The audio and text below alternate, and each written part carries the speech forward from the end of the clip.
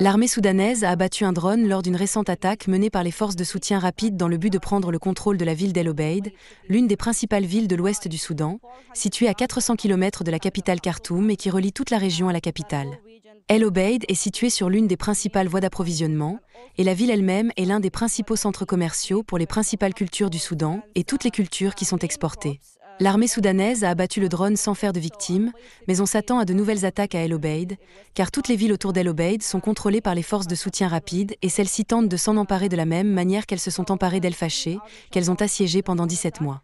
Les forces de soutien rapide intensifient leurs opérations sur le terrain en attaquant les civils et les infrastructures civiles dans différentes régions du pays.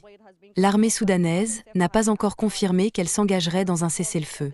Beaucoup de gens s'attendent à ce qu'il faille beaucoup de temps à l'armée soudanaise pour accepter et poser des conditions au cessez-le-feu, car à l'heure actuelle, un cessez-le-feu compliquerait une situation humanitaire déjà désastreuse dans le pays, de nombreuses villes étant entièrement assiégées, notamment dans le Kordofan du Sud.